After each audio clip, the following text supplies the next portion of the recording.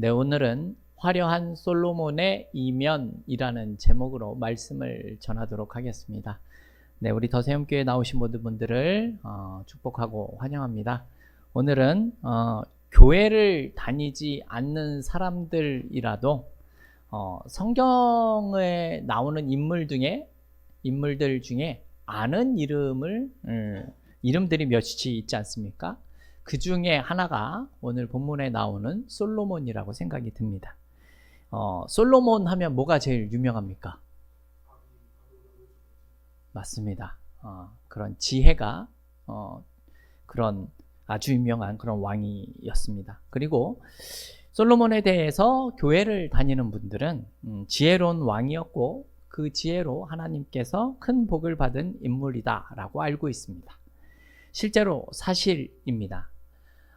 그러나 반면에 솔로몬의 말년이 아름답지 못하다라는 사실에 대해서는 사람들이 알고는 있지만 우리는 이러한 솔로몬의 말년보다는 하나님께 복을 받은 지혜로운 왕이다라는 사실에 대해서만 잘 알고 있지 않나 하는 생각이 또 듭니다.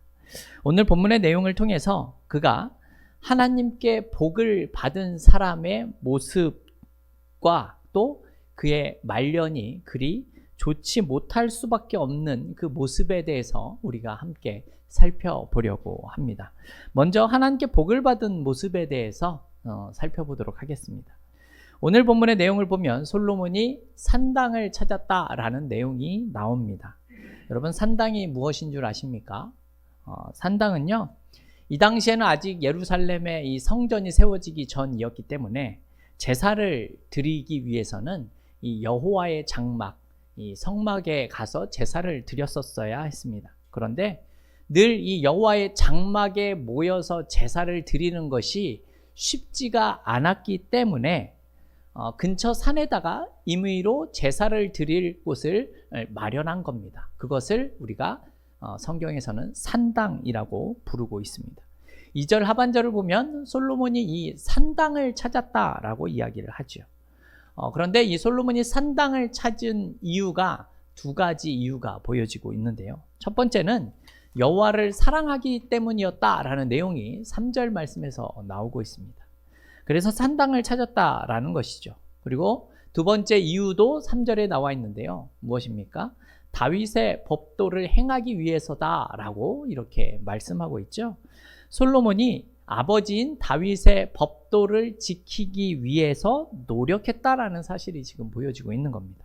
그렇다면 실제로 다윗은 어떠한 이야기를 솔로몬에게 했었습니까? 열왕기상 2장 3절의 앞장에 나온 내용인데요. 다윗의 유언입니다. 우리 이 열왕기상 2장 3절 말씀 우리 같이 한번 읽어보겠습니다. 내 하나님 여호와의 명령을 지켜 그 길로 행하여 그 법률과 계명과 율례와 증거를 모세의 율법에 기록된 대로 지키라. 그리하면 내가 무엇을 하든지 어디로 가든지 형통할지라. 아멘. 다윗이 아들 솔로몬에게 한 명령이 이 유언이 나와 있습니다. 하나님의 법도대로 살아가라 라는 내용이지요. 솔로몬은 그래서 아버지인 다윗이 말한 그 내용을 지키기 위해서 노력하는 모습이 지금 보여지고 있는 것이죠. 아버지의 법도대로 행하기 위해서 그가 찾은 것이 산당이었습니다. 그렇다면 솔로몬이 이 산당에서 어떠한 모습을 보이고 있는지 우리가 또 생각을 해보도록 하겠습니다. 오늘 본문 4절에 나와 있는데요. 우리 4절 말씀도 한번 보여주시겠습니까? 4절 우리 함께 읽겠습니다. 이에 왕이 제사하러 기브온에 가니 거기는 산당이 큼이라. 솔로몬이 그 제단에 1천 번제를 드렸더니. 아멘.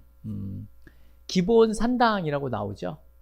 사실 이 기브온 산당이 유명하게 된 것은 우리가 지난번에 3주 됐나요? 그때 이제 다윗에 대해서 살펴봤을 때 이 다윗이 노베에 있는 아히멜렉이라는 제사장을 찾아가지 않습니까? 그리고 그 제사장 가족이 몰살을 당합니다. 그 제사장 그 가족의 학살이 있은 이후에 노베에 있던 여호와의 장막이 기브온으로 옮겨지고 나서부터 이 기브온 산당이 유명해지게 됩니다. 왜냐하면 그때 이후로 여호와의 장막이 있는 기브온과 그리고 여호와의 언약궤가 있는 이 예루살렘이 이스라엘에게 있어서 2대 제사의 중심지가 되었기 때문입니다. 그래서 솔로몬은 기브온 산당에서 일천번제라는 큰 제사를 드리게 됩니다. 여러분은 혹시 일천번제라고 들어보신 적이 있으십니까? 여러분, 일천번제가 무엇입니까?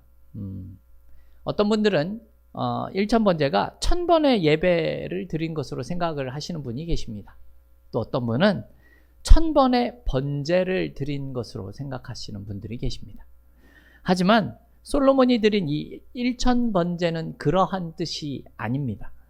역대하 1장을 보게 되면 오늘 이 본문과 이 평행 구절이 이 본문에 대한 내용이 또 나오고 있는데요.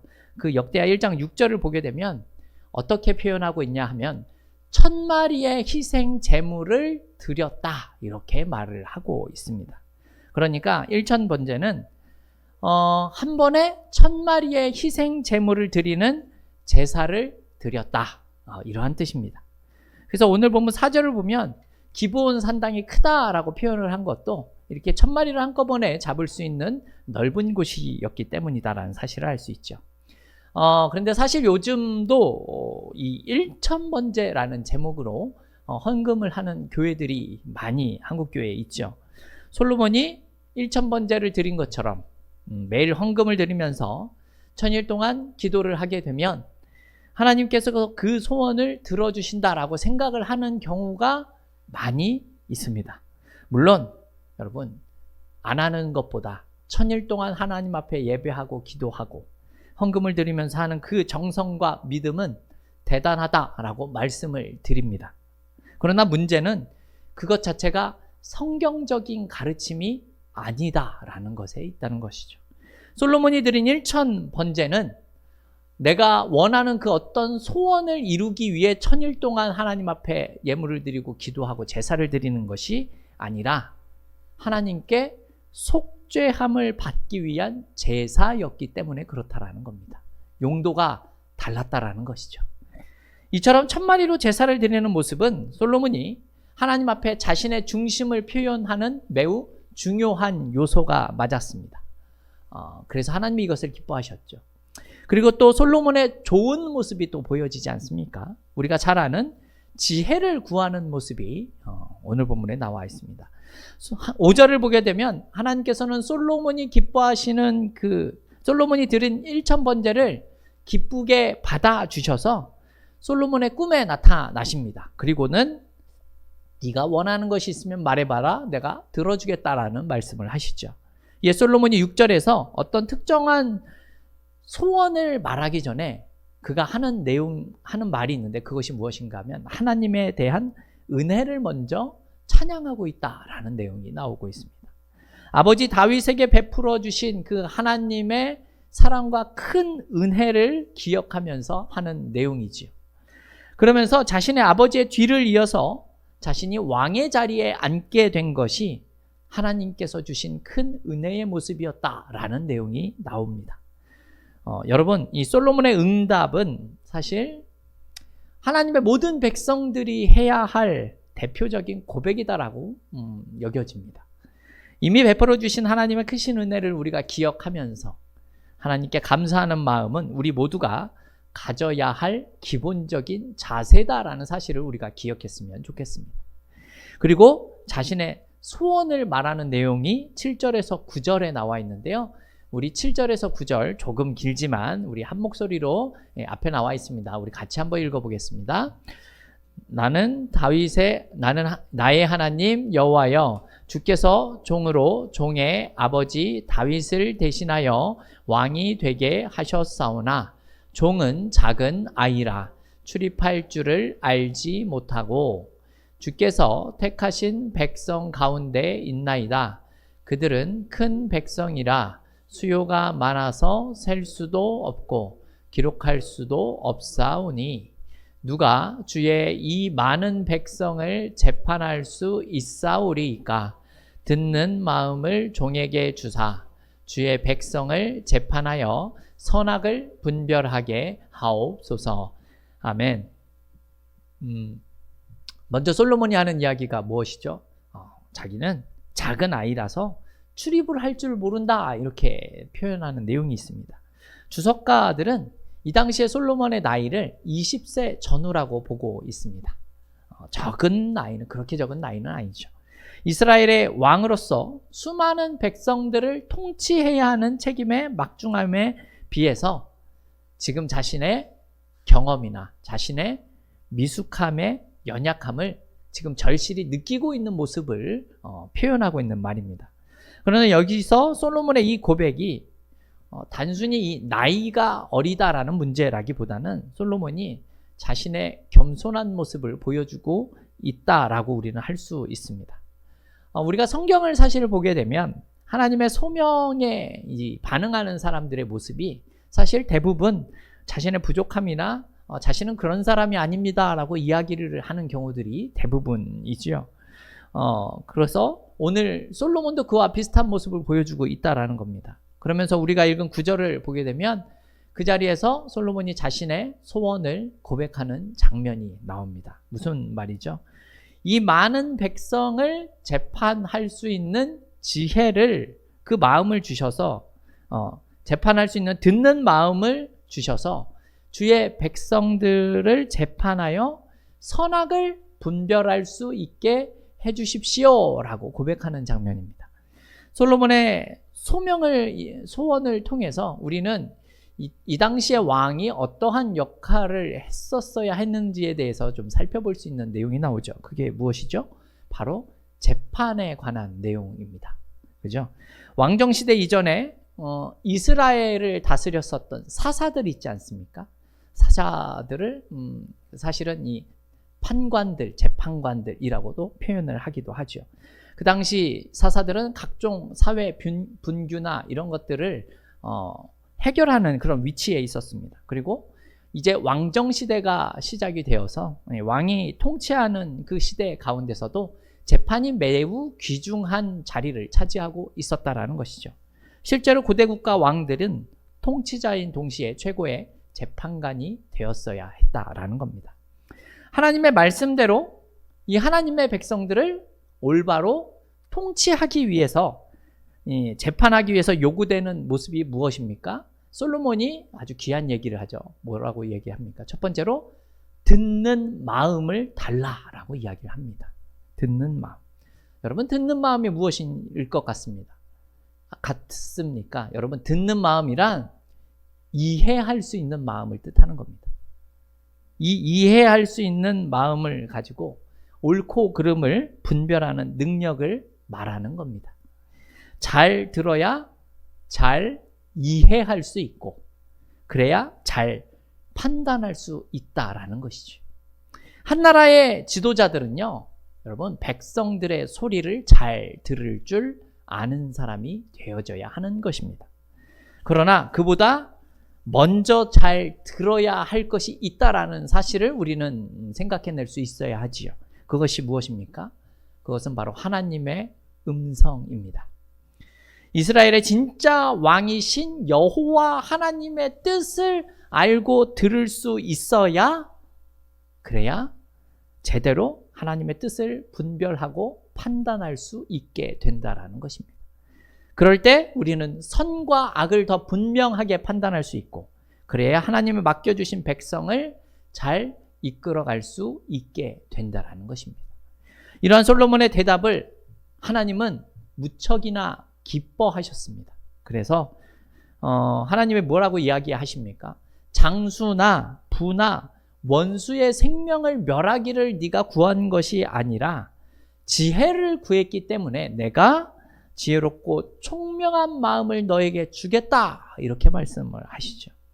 또한 이렇게 복받은 왕이 솔로몬 너의 이후에는 없을 것이다 라고 하는 내용이 10절부터 13절에 나오고 있습니다. 그리고 하나님은 또 무엇을 이야기합니까? 그가 구하지 않은 부와 영광과 장수의 복까지도 허락하셨다라고 말씀을 하고 있습니다. 이 당시에 솔로몬의 모습을 보면 하나님이 원하는 것이 무엇이냐라고 했을 때 사사롭게 자신을 위한 소원을 하나도 구하지 않았다라는 사실을 우리가 좀 기억해 볼 필요가 있다는 것이죠. 하나님이 세워주신 이스라엘의 왕답게 하나님의 그 대리자 역할을 잘 할 수 있는 송사를 듣고 분별할 수 있는 지혜를 달라라고 솔로몬이 구했다라는 겁니다. 그래서 하나님이 그 사실을 너무나 기뻐하셨기 때문에 그가 구하지도 않은 것까지 부귀와 영광과 명예까지도 허락해 주셨다라는 내용을 우리가 알 수 있다라는 겁니다. 여기서 우리가 아주 중요한 신앙의 원리를 하나 발견할 수 있게 되죠. 그것이 무엇입니까? 우리는 하나님을 기쁘시게 하는 선택을 하게 된다면 하나님께서 우리의 필요를 채워주시는 분이시다라는 겁니다. 하나님을 믿는 사람들은요, 내가 나를 위해서 수고하고 애쓰며 힘들게 사는 것이 먼저가 되어서는 안 된다라는 겁니다. 하나님을 잘 믿기 위해서 노력하는 자들에게 하나님은 우리가 생각하지도 못한 것까지 책임져 주시는 하나님이시다라고 말씀하고 있는 겁니다. 우리가 잘 아는 말씀으로 이런 말씀이 있죠. 너희는 먼저 그의 나라와 그의 의를 구하라라는 내용이 그것이죠. 이러한 내용이 아마도 이 세상 사람들과 우리 믿는 자들의 가장 큰 차이가 되지 않을까 생각이 듭니다. 하나님을 믿는 사람들은 하나님을 잘 믿기 위한 모습이 있기만 한다면 우리가 구하지 않은 것까지 하나님께서 우리를 책임져 주시는 하나님이 우리에게 계신다라는 사실을 우리가 기억하였으면 좋겠습니다. 여러분, 오늘 본문은 솔로몬 왕이 즉위한 이후에 하나님을 사랑하고 아버지 다윗의 말대로 하나님을 섬기려고 하는 모습과 또 천마리의 번제를 드리는 모습, 매우 중요하고 좋은 모습을 솔로몬이 보였습니다. 그리고 이스라엘 백성들을 잘 다스리기 위해서 지혜를 구한 것은 하나님의 마음이 흡족할 정도의 모습이기 때문에 하나님은 그에게 구하지 않은 것조차 허락해 주시는 모습 또한 보았습니다. 그러나 우리는 이렇게 우리가 잘 아는 솔로몬의 모습이 아닌 다른 모습도 오늘 본문에서 발견할 수 있다라는 점을 생각해 볼 필요가 있습니다. 한마디로 말씀드리면 솔로몬의 연약함이나 솔로몬의 실수가 있었다라는 것이죠. 화려해 보이는 솔로몬에게 또 어떠한 모습이 있었는지를 우리가 생각을 해보도록 하겠습니다. 먼저 살펴볼 솔로몬의 연약한 모습은 이 일천번제 속에 있었다라는 겁니다. 일천번제를 드렸다라는 사실은 매우 좋은 것이지요. 그래서 하나님도 그것을 기쁘게 여기셨다라고 말씀을 드렸습니다. 하지만 그가 일천번제를 드린 이유를 우리는 좀 생각해 볼 필요가 있습니다. 그 내용이 역대하 1장에 기록되어 있는데 다 소개하기는 어려우니까 제가 그 요점만 좀 말씀을 드리도록 하겠습니다. 일천번제를 드릴 때 여러분 솔로몬 혼자 일천번제를 드리러 올라간 것이 아님을 역대하 1장에서 알 수 있습니다. 그렇다면 누구랑 올라갔습니까? 그 기브온에 천부장과 백부장과 재판관과 방백과 족장들과 즉 그 사회의 지도층에 있는 모든 사람들을 다 데리고 기브온 산당에 올라갔습니다. 그리고 그들과 함께 하나님 앞에 1000마리의 희생 제물을 드리면서 번제를 드렸었던 겁니다. 근데 중요한 것은 번제를 드렸다라는 것에 있습니다. 여러분, 번제의 의미가 목적이 무엇인 줄 아십니까? 번제의 목적은요, 속죄함에 있습니다. 죄를 사하기를 원합니다라는 의미로 번제를 드렸다라는 겁니다. 그래서 번제를 드릴 때 어떻게 하는 줄 아십니까? 번제를 드릴 사람이 제물을 앞에 두고 제물한테 본인이 먼저 안수를 하고 본인이 제물을 죽이는 겁니다.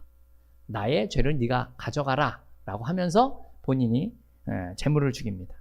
그러니까 한 번에 1000마리의 희생제물을 드렸다. 그 자리에 참여한 사람들이 그만큼 많았었다라는 사실을 의미하는 것이죠. 또 1000번제가 그러한 의미로 생각을 해보면 이스라엘의 모든 지도자를 위한 일종의 그 속죄 예식을 지금 이들이 치른 겁니다. 왜 이러한 속죄 예식을 이들이 치렀는 줄 아십니까? 사실 앞장인 2장을 보게 되면 솔로몬이 자신이 왕으로 즉위하기에 앞서서 여러 사람을 죽인 사건이 나오고 있습니다. 그래서 공식적인 속죄 예식을 통해서 자신들의 죄를 용서받고 자신이 다스리는 그 왕국을 성결한 상태에서 시작을 하고 싶었었던 겁니다. 사실 이 내용은 하나님께서 기뻐하셨습니다. 그래서 원하는 것이 있으면 말해보라 라고까지 하나님이 말씀하신 거죠. 하지만 솔로몬이 왕이 된다라는 사실은 사실 다윗 시대에 이미 예정되어져 있었던 일입니다. 많은 사람들을 솔로몬이 숙청할 필요까지는 없었다라는 말씀입니다. 실제로 솔로몬은 자신보다 먼저 이 왕위를 선포한 아도니아 형이죠. 아도니아를 제거했고 그의 제사장이었었던 아비아다를 추방합니다. 그리고 다윗의 용사였었던 요압을 죽이고 시므이를 제거합니다. 물론 이들이 솔로몬에 앞서서 쿠데타를 일으킨 것은 맞습니다. 하지만 굳이 그렇게까지 할 필요가 없었다라는 사실을 제가 말씀드리고자 하는 이유가 무엇인가 하면 우리가 6절에서도 알아봤지만 6절에서 뭐라고 솔로몬이 고백합니까? 자신이 왕이 될 수 있었던 것은 하나님의 큰 은혜였다라고 표현하지 않습니까? 굳이 그렇게 할 필요까지는 없었다라는 것이죠. 여기서 단순히 우리가 알 수 있는 사실이 무엇인가 하면요. 솔로몬은 왕이 되자마자 자신의 정치적인 기반을 든든히 세우기 위한 노력을 매우 열심히 하고 있다는 거예요.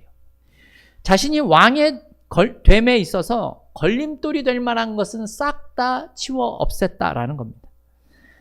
솔로몬의 나이가 20세 전후라고 말씀을 드렸지만 그의 나이에 비해 그가 정치적인 모습에 굉장히 신경을 쓰는 모습이 계속해서 보여집니다. 사실 오늘 본문 1절의 모습도 그러한 내용이 나오는데요. 우리 1절 말씀 한번 보여주시겠습니까? 우리 1절 같이 한번 읽어보겠습니다. 솔로몬이 애굽의 왕 바로와 더불어 혼인 관계를 맺어 그의 딸을 맞이하고 다윗성에 데려다가 두고 자기의 왕궁과 여호와의 성전과 예루살렘 주위의 성의 공사가 끝나기를 기다리니라. 아멘. 솔로몬은 먼저 정적을 제거하고 자신의 이 왕권을 견고하게 세우기 위해서 대외적으로도 자신의 그 왕권을 안정화시키는 데 노력을 하는 겁니다. 가장 좋은 방법이 무엇입니까? 강대국과 정략 결혼을 하는 겁니다. 1절에 나오는 내용을 봐서는 그가 왕이 되자마자 한 일이 이러한 일이었다라는 겁니다. 그래서 이 당시 강대국이었었던 애굽, 즉 이집트의 이집트의 이 바로의 딸과 결혼을 하죠. 그냥 정략 결혼을 한 겁니다. 문제는 정략 결혼이라는 것이 이방 민족들이나 하는 모습이고 이방 민족들이 하는 통치의 행위입니다. 하나님을 섬기는 이스라엘의 왕으로서는 사실 부적절한 일을 행한 것이죠. 왜냐하면 하나님은 이방의 강대국을 의지하는 것을 원치 않으셨기 때문에 그렇다라는 겁니다. 이스라엘 왕은 오로지 하나님만을 의지해야 합니다. 왜냐하면 하나님의 백성들이기 때문이죠. 그것이 하나님과 이스라엘 백성들이 맺은 약속이다라는 것이죠. 그럼에도 솔로몬은 정적을 제거하고 강대국과 정략 결혼을 합니다. 그리고 1000번제를 드리죠. 3절을 보게 되면 솔로몬이 산당에서 제사를 한 것이 첫 번째는 여호와를 사랑하기 때문이고 두 번째는 아버지 다윗의 유언 때문이었다라고 말씀을 드렸습니다. 근데 3절을 보면 이런 표현이 나오죠. 그의 아버지 다윗의 법도를 행하였으나 산당에서 제사하며 분향하였더라라는 겁니다. 이게 어떤 의미냐 하면 다윗의 법도를 솔로몬이 지키려고 하기는 했지만 산당에서 제사를 했다라는 사실이 매우 부정적인 요소다라는 사실을 암시해주고 있는 일종의 복선이다라는 겁니다. 아니 지금은 성전이 없었기 때문에 어쩔 수 없이 그렇지 않습니까? 라는 이런 내용이 2절에도 나오기는 하죠. 하지만 실제로 솔로몬은 하나님의 그 아름다운 성전을 지은 이후에도 이 산당들을 폐하지 않았습니다. 그대로 유지를 시켰습니다. 성전 중심의 제사를 방해하는 그런 요소로서 작용을 했음에도 불구하고 적극적으로 폐지하지 않았습니다. 백성들이 오랜 시간 산당에서 제사를 했기 때문에 익숙해져서 그런 것도 있지만 또 다른 이유가 있습니다. 그것이 무엇인 줄 아십니까? 자신이 정략 결혼을 해서 얻은 이 여러 이방신을 섬기는 부인들이 이 산당을 통해서 자신의 우상을 섬기는 곳으로 그곳을 사용했기 때문에 그렇다라는 겁니다. 열왕기상 11장을 보게 되면 솔로몬이 이제 정략 결혼 자체를 아예 관례화 시켜버렸습니다. 그래서 나중에는 어떻게 됩니까? 후비가 700명이 됩니다. 빈장이 300명이라고 하죠. 공식적으로 결혼을 1000명을 공식적으로 그냥 한 거예요. 네, 정략 결혼을. 근데 문제는 정략 결혼을 함을 통해서 그 이방인들과 결혼을 하자 그 부인들이 행했었던 것이 무엇이냐면 자기가 믿는 모든 신들을 다 가지고 와서 예루살렘에서도 산당에서도 다 제사를 드리는 모습이 나타났다라는 겁니다. 그래서 솔로몬 자신도 그것에 오염하고 되고 타락하게 됩니다. 그래서 어떠한 모습이 나타나냐면 솔로몬의 마음이 여호와 하나님을 떠났다라는 말씀이 이 열왕기상 11장에 나타나게 됩니다. 우리가 알고 있는 이 솔로몬은 하나님의 지혜를 가진 훌륭한 왕으로서 우리는 기억할지 모르겠지만 여러분 히브리서 11장을 가게 되면 무슨 내용이 나옵니까? 믿음의 선배들에 대해서 나오죠.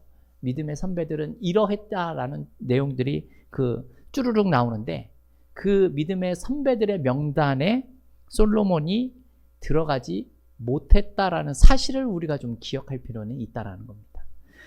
성경은 솔로몬이 하나님의 축복을 받은 것은 분명하지만 그가 모범이 될 만한 왕으로서 기억되지 못하고 있다라고 평가를 하고 있는 겁니다. 그리고 하나님이 주신 솔로몬의 그 지혜가 사실은 그가 왕으로서 정치나 경제나 국방이나 이 외교와 같은 곳에 치우쳐져 있다라는 사실을 우리는 성경을 잘 읽어보면 알 수 있게 됩니다. 물론 1절에서 애국과 정략 결혼을 한 것은 이 당시에 솔로몬이 아직 하나님께 지혜를 받기 이전 아닙니까? 이렇게 말씀을 하실 수도 있습니다. 그러나 우리가 잘 읽어봤지만 하나님의 지혜를 받은 이후에도 솔로몬은 정략 결혼을 멈추지를 않습니다. 그가 이것이 잘못이라고 알고 있었다면 그 지혜를 얻은 이후에 정략 결혼도 하지 말았어야 했고 산당도 폐하는 모습이 나타나는 것이 맞았다라는 겁니다. 이러한 솔로몬의 인생을 보십시오. 여러분, 우리는 솔로몬의 인생을 통해서 우리의 신앙을 돌아볼 수 있는 중요한 기준이 되고 있다는 사실을 생각해 봐야 한다라는 겁니다. 더세움교회 성도 여러분, 하나님께 큰 복을 받고 큰 지혜를 받으면 여러분 그것으로 우리의 신앙이 끝나는 것이다 라고 성경이 이야기하지 않고 있다라는 내용이에요. 그죠? 하나님께 지혜를 받고 축복을 받은 것이 우리의 신앙의 전부가 될 수 없다라는 사실을 지금 솔로몬이 증명하고 있다라는 겁니다. 2절에서 그가 여호와를 사랑하고 다윗의 유언을 받은 것처럼 말은 했지만 그의 삶은 그의 말처럼 행하지 못했다라는 사실을 우리가 기억할 필요가 있다는 겁니다. 여러분 그렇다면 문제가 무엇입니까? 우리 오늘 본문 14절 말씀인데요. 우리 14절 말씀 앞에 좀 보여주시겠습니까? 네, 우리 14절 같이 한번 읽어보겠습니다. 내가 만일 내 아버지 다윗이 행함같이 내 길로 행하며 내 법도와 명령을 지키면 내가 또 내 날을 길게 하리라. 아멘. 성경은 특히 열왕기를 우리가 쭉 보게 되면 제일 많이 나오는 내용 중에 하나가 뭐냐면 다윗의 길로 행하였으나 라는 말과 여로보암의 길로 행하였다라는 내용입니다. 다윗의 길로 행했다라는 사실은 하나님께 순종하는 아름다운 왕으로서의 삶을 살았다라는 내용이고요. 그렇지 않은 말을 사용한 건 잘못된 삶을 살았다라는 내용으로 표현하는 겁니다. 다윗의 길대로 행하면 내가 너에게 큰 복을 내리겠다라고 말씀해 주시는 내용이 14절에 나와 있다는 것이죠. 여러분, 우리가 살면서 물질의 축복을 받고 큰 지혜를 받으면 그 당시에는 그것이 우리에게 유익하고 좋고 편하게 느껴질 수 있지만, 중요한 것은 그 가운데 우리가 하나님의 말씀대로, 다윗과 같이 하나님의 법도대로 살아가는 모습이 없다면 결국 그 삶이 실패한 자의 모습이 될 수밖에는 없다라는 내용입니다. 1000번제를 드린 솔로몬이지만 하나님이 말씀하시는 내용은 순종이 제사보다 낫다라고 말씀하시는 겁니다. 더세움교회 성도 여러분, 축복을 받고 지혜를 가지고 화려한 성전을 건축한 솔로몬이지만 그 화려함의 이면에는 무엇입니까? 하나님 앞에서 순종하지 못한 그의 허탈한 삶의 모습이 보여지고 있다라는 겁니다. 그래서 여러분, 우리가 잘 아는 전도서 있지 않습니까? 솔로몬이 쓴 전도서 가장 많이 나오는 내용이 무엇입니까? 헛되고 헛되니 모든 것이 헛되도다입니다. 여러분, 모든 것을 누려본 왕의 말년의 고백이 헛되고 헛되었다라는 고백이라는 사실을 우리가 기억했으면 좋겠습니다. 여러분, 오늘 말씀을 통해서 우리가 추구하는 것이 어쩌면 우리는 솔로몬과 같은 화려한 삶의 모습일 수도 있을 겁니다. 하지만 그것이 우리의 신앙의 전부가 될 수 없다라는 사실을 기억하셨으면 좋겠습니다. 여러분, 화려하지는 않지만 하나님의 그 말씀에 순종하는 자의 모습을 통하여서 우리의 삶이 하나님께서 기뻐하시는 아름다운 삶의 모습으로 살아갈 수 있기를 주님의 이름으로 축원합니다.